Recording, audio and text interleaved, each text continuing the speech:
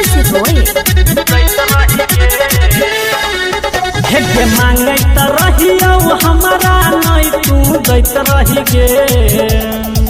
हे मांगे त रहियो हमारा नहीं तू दैत रही गे।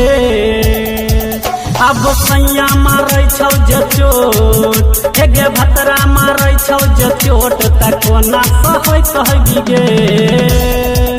हे गे सैया मारै छौ जे चोट त कोना सहै कहबी गे। हे गे मांगे त रहियो हमारा नहीं तू दैत रही गे।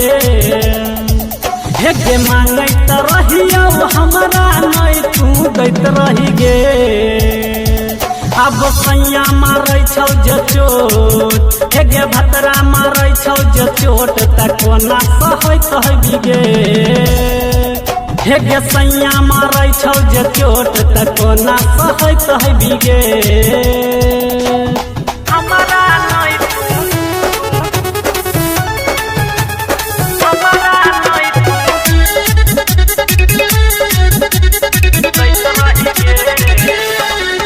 हे गे कोमल शरीर मांगे रहियो गे दिलवा भतरा तोहर रोज ठोकै छौ किलावा। हे गे कोमल शरीर मांगे रहियो गे दिलवा भतरा तोहर रोज ठोकै छौ किलावा। हे गे कहै रही तोरो से मिलतै निक हमरो। हे गे कहै रही तोरो से मिलतै निक हमरो। अब सैया मारै छौ जे चोट हे गे भतरा मारै छौ जे चोट त कोना सहै कहबी गे। हे गे सैया मारै छौ जे चोट त कोना सहै कहबी गे।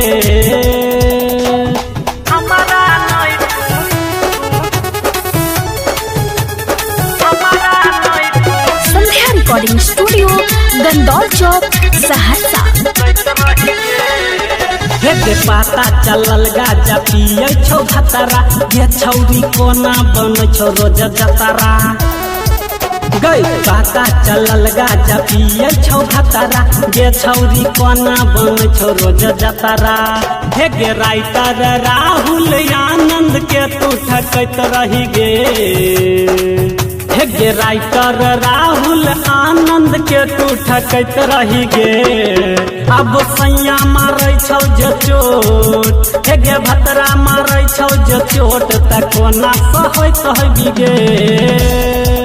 हे गे सैया मारै छौ जे चोट त कोना सहै कहबी गे। कोना सहै कहबी गे।